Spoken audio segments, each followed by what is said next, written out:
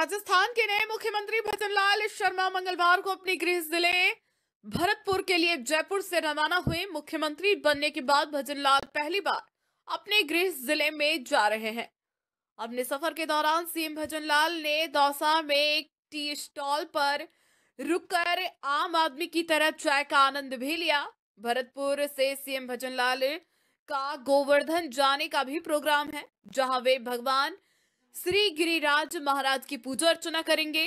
सड़क मार्ग से एक दिवसीय दौरे पर जा रहे मुख्यमंत्री शर्मा का जगह जगह भाजपा कार्यकर्ताओं और उनके समर्थकों ने जमकर स्वागत किया। बता दें, मुख्यमंत्री भजनलाल ने सोमवार को अपनी पहली ही बैठक में सभी विभाग प्रमुखों को स्पष्ट संकेत दिए कि योजनाओं में भ्रष्टाचार किसी भी सूरत में बर्दाश्त नहीं किया जाएगा।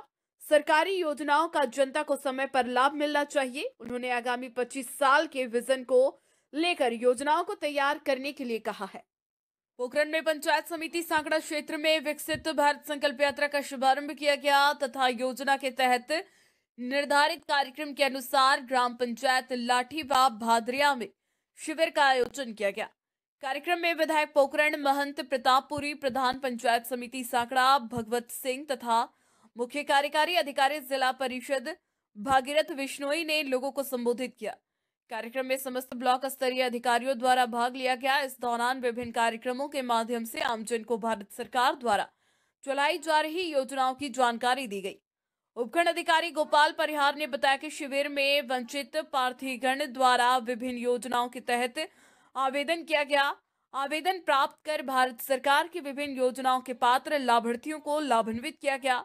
इसके बाद कार्यक्रम के अंत में लाभान्वित परिवारों ने भी आभार व्यक्त किया।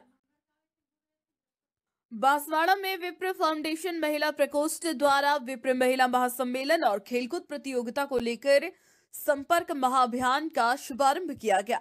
विप्र फाउंडेशन महिला प्रकोष्ठ ने महाजनसंपर्क अभियान का शुभारंभ जिला कलेक्टर प्रकाश चंद्र शर्मा और नगर परिषद सभापति जैनेन्द्र त्रिवेदी को निमंत्रण पत्र देकर किया। विप्र फाउंडेशन महिला प्रकोष्ठ जिलाध्यक्ष डॉक्टर कीर्ति आचार्य के नेतृत्व में अनेक विप्र महिलाओं ने बांसवाड़ा शहर में ब्राह्मण समाज जनों से संपर्क कर निमंत्रण पत्र दिया गया। अलवर जिले की रामगढ़ नगर पालिका क्षेत्र के गांव दोहली में पीने के पानी की किल्लत ने ग्रामीण महिलाओं को परेशानियों का सामना करना पड़ रहा है। महिलाओं को कई किलोमीटर दूर से पीने का पानी भरकर लाना पड़ता है। इसलिए आक्रोशित महिलाओं ने दोहली गांव में रोड पर टायर जलाकर रोड को जाम कर प्रदर्शन किया। आक्रोशित महिलाओं ने नगर पालिका के अधिशासी अधिकारी धीरेन्द्र करदम के समक्ष पेश होकर समस्या से अवगत कराया। इस पर तहसीलदार ने आश्वासन दिया कि जल्द ही इस परेशानी का समाधान कर एक बोर कर दिया जाएगा। तब तक इलाके में पानी के टैंकरों से पानी की व्यवस्था की जाएगी। हमारा मामला पानी का है। बहू बेटी रात को पानी भरती है, हमें बहुत समस्या है पानी की। तो देखो, हमारा आदमी हमको कमा के लाएगा, बच्चों को खिलाएगा। अगर आदमी हमारे साथ रात को पानी भरेंगे तो हम बच्चों को क्या खिलाएंगे? हमें पानी चाहिए। जब हम नगर पालिका में होगा तो हमें कुछ भी सुविधा नहीं है। टंकी बोर में कुछ में भी पानी नहीं है, ना घर घर में पानी जा रहा है। बोटों को तो ये आ जाता है, हम कहाँ से पानी भर, हम पिसाए मर रहे हैं। कौन से गांव की समस्या? हम दौली से आए। आपने वहाँ चक्का जाम भी किया? हाँ, आज चक्का जाम किया है। हमने पहले भी एप्लीकेशन लगाई है, कोई कार्रवाई नहीं हुई। आज जाम करा है और आज फिर इधर आए हैं। और हमें पानी की समस्या। कितनी दूर से भर के लाना पड़ता है? हम रात को खेतों में से पानी लाते, धौली मुगलपास से पानी लाते।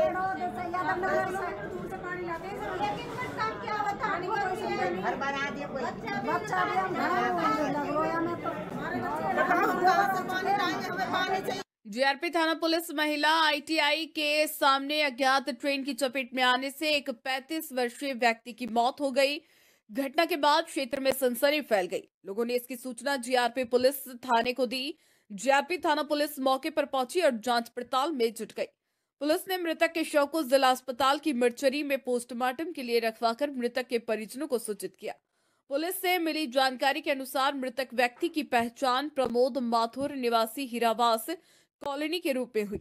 मृतक विवाहित व 4 बच्चों का पिता था। जीआरपी थाना पुलिस ने बताया, महिला आईटीआई के सामने अज्ञात ट्रेन की चपेट में आकर एक व्यक्ति की मौत होने की सूचना मिली। जिस पर घटनास्थल पर पहुंचे तो मृतक का शव सत विक्षत हालत में पटरियों के पास पड़ा मिला। आसपास के लोगों से इसकी पहचान प्रमोद माथुर के रूप में हुई, जो पास ही फैक्ट्री में कार्य करता था। वहीं पुलिस द्वारा मृतक के मौत के कारणों की जांच की जा रही है। समय करीब 9:15 बजे स्टेशन मास्टर अलवर द्वारा सूचना दी कि एक व्यक्ति ट्रेन शताब्दी से रन ओवर हो गया, जिस पर एसएचओ में जाब्ता के घटनास्थल पहुंचे। मृतक को ट्रेन के नीचे से निकाला गया। मृतक का पंचनामा कार्रवाई की। अब पोस्टमार्टम के लिए लाश सरकारी अस्पताल अलवर में रखी हुई है। मृतक का नाम प्रमोद माथुर सन ऑफ भगवान स्वरूप, जाति माथुर, उम्र 43 साल, निवासी एरा का बास अलवर। पता चला कि मतलब कैसे? अभी कारणों का पता नहीं था, जांच जारी है। तो सुसाइड करना। जैसलमेर जिले के पोखरण में पुलिस ने बड़ी कार्रवाई करते हुए एक स्पा सेंटर में चल रहे देह व्यापार का भांडाफोड़ किया है। जोधपुर सड़क मार्ग पर स्थित स्पा सेंटर पर पुलिस ने दबिश दी और एक युवक को दस्तयाब किया। पुलिस को लंबे समय से स्पा सेंटर में देह व्यापार की सूचना मिल रही थी, जिसे पुलिस ने गंभीरता से लेते हुए एक टीम गठित की और स्पा सेंटर पर छापा मारा। पुलिस द्वारा स्पा सेंटर पर कार्रवाई कर इसकी जांच की जा रही है। बता दें कि पूर्व में भी स्पा सेंटर पर एक विदेशी युवती को दस्तयाब किया गया था। राजकीय प्राथमिक विद्यालय बासनी कक्षावा में मिड डे मील में हरी पत्तेदार सब्जियां खिलाने के लिए किचन गार्डन विकसित किया है। पर्यावरण प्रेमी रामचंद्र पिचकिया ने बताया कि मिशन हरित पोषाहार अभियान से विभिन्न विद्यालयों में किचन गार्डन विकसित करके बच्चों को जैविक हरी पत्तेदार सब्जियां खिलाई जाएगी। प्रधानाध्यापक ओम प्रकाश मेहरा ने बच्चों के पौष्टिक आहार के लिए रबी में उगाई जाने वाली सब्जियों का बीजारोपण करके किचन गार्डन लगवाया। आंगनबाड़ी कार्यकर्ता मत्तू देवी ने कहा कि प्राथमिक स्तर पर बालक बालिकाओं में आयरन की कमी पाई जाती है, जिससे उनका सर्वांगीण विकास संभव नहीं होता है। हालांकि विभाग आयरन गोलियां और पोषाहार उपलब्ध करवाते हैं, फिर भी हम जैविक हरी पत्तेदार सब्जियां पोषाहार में देने से बच्चे कुपोषण के शिकार ना हो और बाल्यावस्था में ही अपना शारीरिक विकास कर पाए। शैशव काल में पौष्टिक आहार मिलने से अनामिया रतौंधी कुपोषित होने से बचा पाते हैं। अध्यापिका मुन्नी देवी ने विद्यालय में विकसित किचन गार्डन का नियमित संरक्षण करने की जिम्मेदारी ली। इस अवसर पर कुक कम हेल्पर संतोष शर्मा, विमला देवी, सहायिका जमुना, प्रशिक्षु अध्यापक संजय मेघवाल सहित विद्यार्थियों ने किचन गार्डन विकसित किया। हाँ सर, मैं बासनी कक्षा राजकीय प्राथमिक विद्यालय बासनी कक्षावा से बोल रही हूँ। आज हमने पिचकिया सर जो प्रकृति प्रेमी हैं उन्होंने हमें बताया कि किचन गार्डन मतलब लगाते तो हम हर साल है, लेकिन इस बार कुछ विशेष प्रोग्राम उनके उपलक्ष्य में किया गया। इसमें हमने कई प्रकार की जो है हरी सब्जियां बोई हैं, पालक है, मेथी है, धनिया है, लहसुन है, जिससे कि बच्चों में जो आयरन की कमी होती है, यूँ तो हम इन बच्चों को आयरन की गोलियां भी देते हैं। सप्ताह में एक बार मंगलवार को बच्चों को गोली दी जाती है, पिंक गोली। फिर भी हमने जो मतलब हरी सब्जियां, पत्तेदार सब्जियां बोई है बच्चों के लिए, इससे कि और अधिक पौष्टिकता। अलवर के रामगढ़ कस्बे के रेलवे फाटक के पास खेल मैदान का मामला दिन पर दिन तूल पकड़ता जा रहा है। रामगढ़ बचाओ संघर्ष समिति व क्षेत्र के ग्रामीण व बार एसोसिएशन के अधिवक्ता और कस्बे के व्यापारियों ने तहसीलदार धीरेन्द्र करदम का तहसील में घेराव किया। तहसीलदार से वार्तालाप के दौरान ग्रामीणों की तहसीलदार से जमकर गर्मागर्मी भी हो गई। नौबत यह आ गई कि आक्रोशित ग्रामीणों ने तहसीलदार के चैम्बर में ही तहसीलदार मुर्दाबाद के नारे लगाने शुरू कर दिए। मशक्कत के बाद ग्रामीणों की मांग को पूरा करते हुए तहसीलदार ने आश्वासन दिया कि खेल मैदान की 4 दीवारी का कार्य रुकवा दिया जाएगा। अतिक्रमणकारियों के खिलाफ 91 की कार्रवाई की जाएगी। उसके बाद मामला शांत हुआ। रिटायर्ड विकास अधिकारी अशोक शर्मा ने बताया कि जो खेल मैदान की भूमि है वह सरकारी भूमि है, जिस पर राष्ट्रीय पर्व व सरकारी प्रतियोगिताएं कराई जाती है, जिस पर भलाई समाज के लोगों ने जमीन को मिली भगत कर नरसिंह महाराज मंदिर के नाम रिकॉर्ड में दर्ज कर दिया। लेकिन मंदिर के पुजारी ने इस जमीन को मौखिक रूप से हाई स्कूल के खेल मैदान के नाम पर दान कर दी थी। लेकिन भलाई समाज के लोग अब इस जमीन पर चार दीवारी कर अतिक्रमण करना चाह रहे हैं। इसी को लेकर ग्रामीणों में भारी आक्रोश है। वहीं दूसरी ओर भलाई समाज के लोग भी भारी संख्या में इकट्ठा होकर एसडीएम के समक्ष पेश हुए और जमीन के दस्तावेज एसडीएम के समस्त पेश किए। भलाई समाज के अध्यक्ष दीपचंद ने बताया कि जो खेल मैदान की भूमि है वह नरसिंह महाराज मंदिर के नाम सरकारी रिकॉर्ड में दर्ज है। मंदिर की पूजा अर्चना भलाई समाज के लोग करते आ रहे हैं, इसलिए खेल मैदान की भूमि पर कुछ लोग अतिक्रमण करना चाहते थे। इसी कारण से उसकी चार दीवारी कर अतिक्रमण होने से बचाई जा रही है। और श्री राजकुमार शर्मा, बंटी शर्मा, अशोक कुमार शर्मा, इनके अच्छे रोल है। दो इन्होंने अपने गांव के प्रति इतनी मेहनत करके ये मैदान को रुटवाया है तहसीलदार के थ्रू। ये तहसीलदार रहे थे पहले भी, उनका क्या हाल हुआ ये सब उनको पता है। मैं श्रीमान जी से यही निवेदन करना चाहता हूँ, या तो 3 दिन के अंदर अंदर ये काम रुक जाए, ये जो चेहरे काम रुकवा दिया, और नहीं तो ये मामला ये है कि मंदिर की ज़मीन थी और जिसको कुछ लोगों ने अपने कब्जे में लेना चाहा और वहाँ चार दीवारी कर रहे हैं। वहाँ पर अनाधिकृत कब्जा किया जा रहा है, जिसको लेकर गांव वालों में, सभी ग्रामवासियों में भारी रोष है। सभी ने एसडीएम साहब से और तहसीलदार जी से आज मुलाकात की। तहसीलदार जी ने मौके पर काम रोकने के आदेश जारी कर दिए हैं। इससे आगे जो भी अगर कार्रवाई नहीं की गई, अपेक्षित कार्रवाई नहीं हुई, तो लोगों में भारी रोष है। हम इसका विरोध करेंगे, हम धरने पर बैठेंगे और जब तक ये मामला सुलझ नहीं जाता है। जब मामला है जी, ये मामला ये है कि हम मंदिर की एक ज़मीन है, उसकी चार दीवारी कर रहे हैं, बाउंड्री कि उस पर अतिक्रमण कर रहे हैं लोग, तो उसको अतिक्रमण रोकने के लिए हम उस पर चार दीवारी बाउंड्री कर रहे हैं और उसको प्रशासन ने रुकवा दिया है। जबकि पूरे डॉक्यूमेंट्स, सारे कागज़ लीगल है हमारे पास, सब मंदिर के नाम है। इसमें कोई खेल मैदान या कोई चीज़ का कहीं भी जिक्र नहीं है। सम्मत 2011 से 12 से लेकर आज तक भी हमारे नाम है। खसरा नंबर इसके हैं 518 और ये श्री नरसिंह भगवान महाराज के नाम से दर्ज है। 4 बीघा 12 बिस्वा ये ज़मीन है। कमेटी भी बना रखी है आप लोग? जी, हमारी रजिस्टर्ड कमेटी है इसकी और हमने इसकी कमेटी बना रखी है। तो अब क्या आश्वासन दिया अधिकारियों ने? अधिकारियों ने ये कहा है कि साहब ये हमारा परमिशन देने का काम नहीं है, परमिशन नगर पालिका ईओ देगा। तो अब हम तहसीलदार साहब से मिलते हैं, क्योंकि तहसीलदार साहब के पास ही। विकसित भारत संकल्प यात्रा के अंतर्गत मनोनीत विधानसभा अध्यक्ष वासुदेव देवनानी द्वारा छतरी योजना में विकसित भारत का संकल्प दिलाया गया। मनोनीत विधानसभा अध्यक्ष वासुदेव देवनानी ने विकसित भारत संकल्प यात्रा के छतरी योजना में आयोजित कार्यक्रम में कहा कि भारत को 2047 तक विकसित भारत बनाने के लिए प्रधानमंत्री नरेंद्र मोदी ने एक लक्ष्य हाथ में लिया है। इसमें भारत के प्रत्येक नागरिक की भूमिका महत्वपूर्ण है। गरीबी रेखा से नीचे जीवन यापन करने वाले व्यक्तियों का जीवन स्तर ऊंचा होने से भारत सहज ही विकसित राष्ट्र बनेगा। इस दिशा में आगे बढ़ते हुए भारत सरकार की प्रमुख फ्लैगशिप योजनाओं को वंचित वर्ग तक पहुंचाने का कार्य किया जा रहा है। उन्होंने कहा कि प्रधानमंत्री नरेंद्र मोदी ने गरीबी का जीवन जिया है, इसलिए उन्हें गरीब का जानते हैं। गरीब व्यक्ति की गरीबी दूर करने के लिए फ्लैगशिप योजनाएं संचालित की जा रही है। गरीब के हक का लाभ सीधे खाते में घर तक पहुंचाना इस सरकार की महत्वपूर्ण उपलब्धि है। पहले गरीब हटता था, आज गरीबी हट रही है। विकसित भारत संकल्प यात्रा के द्वारा मौके पर लाभार्थियों का चिन्हीकरण कर योजनाओं से जोड़ने का कार्य हो रहा है। नगर निगम की महापौर ब्रजलता हाड़ा ने कहा कि समाज के वंचित वर्ग को मुख्यधारा में जोड़ने के लिए यह विकसित भारत संकल्प यात्रा सार्थक सिद्ध होगी।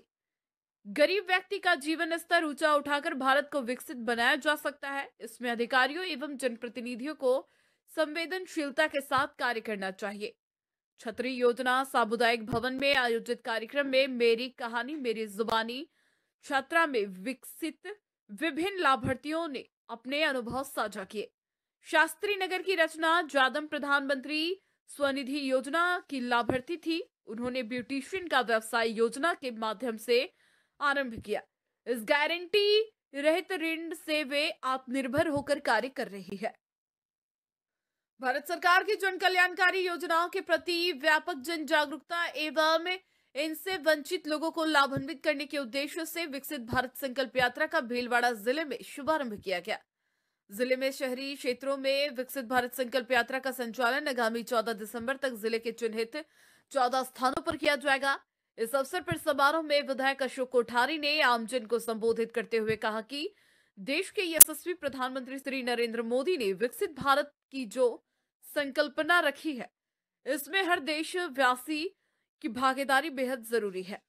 यात्रा के दौरान न केवल आमजन को योजनाओं की जानकारी मिलेगी, बल्कि पात्र व्यक्तियों को इससे जुड़ने के लिए जागरूक भी किया जाएगा। यशस्वी प्रधानमंत्री ने देश को 9 वर्षों में कितनी ऊंचाई तक पहुंचाया हम सब जानते हैं। चाहे वो देश का विकास हो, स्वच्छ भारत हो, विश्व में भारत का गौरव बढ़ाने से लेके वहाँ के बड़े बड़े कार्य हो, देश में प्रभु श्री राम का मंदिर हो, धारा 370 हो, इसी के तहत वो चाहते हैं कि प्रत्येक देश का प्रत्येक नागरिक सुखी हो, स्वस्थ हो, शिक्षित हो और समृद्ध हो।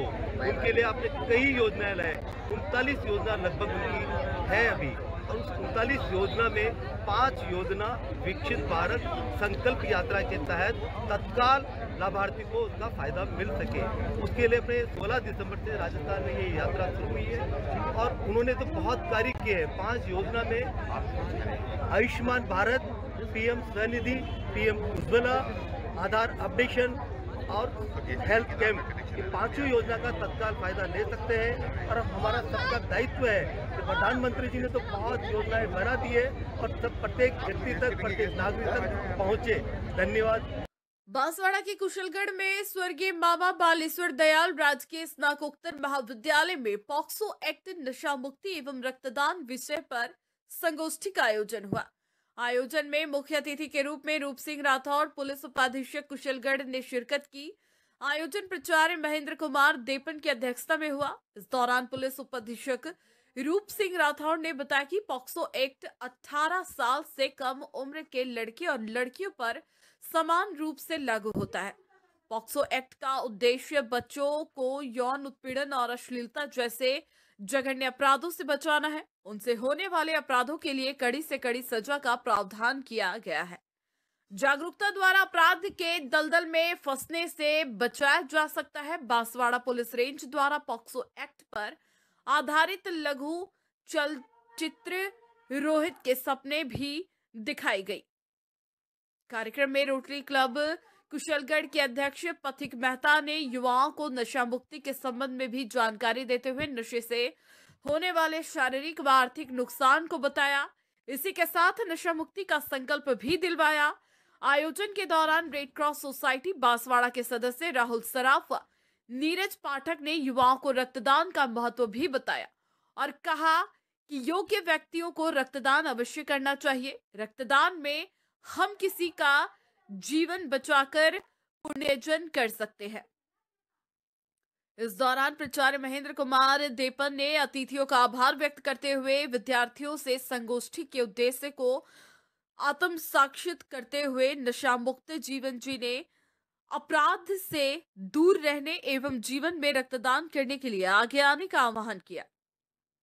भाजपा से अलग होकर डीडवाना से निर्दलीय तौर पर चुनावी मैदान में उतरे और जीत दर्ज कर विधायक बनने वाले पूर्व मंत्री यूनुस खान ने नोखा दैया में नागौर लिफ्ट परियोजना का निरीक्षण किया और इसकी कार्यप्रणाली व वितरण प्रणाली के साथ इसके शुद्धिकरण कार्यविधि को समझा। इस दौरान उन्होंने जनता को संबोधित करते हुए कहा कि मैं जनता का विधायक हूं और जनता के लिए काम करना अपना सौभाग्य समझता हूं। चुनावी रैलियों में यहां भी गया, मुझे महिलाओं, बुजुर्गों और बेटियों ने एक ही समस्या का सबसे ज्यादा जिक्र किया, वो पेयजल संकट का किया। मैंने भी एक ही वादा किया था कि सबसे पहले इसी समस्या का समाधान करूंगा और इसी कड़ी में हम जनता के साथ नोखा दैया में मौजूद हैं। विधायक खान ने कहा कि पानी पर्याप्त है, लेकिन इसके वितरण है और व्यवस्था में आई कमियों को सुधारना जरूरी है। डिडवाना की जनता को जो गंदा जल अब तक मिला उसका समाधान होकर रहेगा, क्योंकि यहाँ से कोई गंदा पानी नहीं निकलता, बल्कि डिडवाना क्षेत्र में ही सीवरेज लीकेज के कारण ऐसा हुआ है, जिसका अब समाधान किया जाएगा। खान ने कहा कि काम करने के लिए जनता ने चुना है, बस काम कर रहा हूं। पानी हर प्राणी की सबसे पहली और जरूरी आवश्यकता है। इसके समाधान के लिए मैं सरकार के समक्ष पूर्ण रूपों से इसको रखूंगा। खान ने नोखा दैया स्थित नहरी परियोजना क्षेत्र का सैकड़ों लोगों के साथ भ्रमण कर वहां के अधिकारियों से चर्चा की। कार्यक्रम का शुभारंभ भगवान वरुण की पूजा अर्चना के साथ हुई। इसके बाद पूरे परिसर का निरीक्षण किया गया। विधायक ने यहां सभा को संबोधित करते हुए कहा कि पानी हर हाल में लाकर दूंगा, इसके लिए हर प्रकार के प्रयास किए जाएंगे। उन्होंने कहा कि जलदाय विभाग में बैठे कार्मिकों को काम करना होगा। पूर्व सरकार को इंगित करते हुए उन्होंने कहा कि डिडवाना में मेला मैदान में एकत्रित गंदा जल योजना में हुए भ्रष्टाचार का जवाब देना होगा। इसी के साथ उन्होंने अस्पताल का जिक्र करते हुए कहा कि अभी तो सिर्फ झांक कर आया हूं, यकीन रखिए यहाँ व्याप्त पूरी गंदगी को निकालकर बाहर फेंकना जरूरी है। जिस स्थान पर अपन खड़े हैं ये नोखा दैया है। नोखा दैया में IGNP का पानी का यहाँ स्टोरेज है, जो नागौर जिला जो पुराना जिला है उसमें फेज 1 और फेज 2 दो फेज में पानी जाता है, और इन्हीं दोनों फेज का पानी यहाँ स्टोर हो रखा है। तो इसमें अभी जो सबसे ज्वलंत जो समस्या है, जितना पानी इन दोनों स्टोरेज में होना चाहिए था वो नहीं है। तो सबसे पहले हमारी सरकार से मांग है कि इन दोनों के अंदर पानी की आपूर्ति पूरी करे, जिससे नागौर जिला जो हमारा पुराना जिला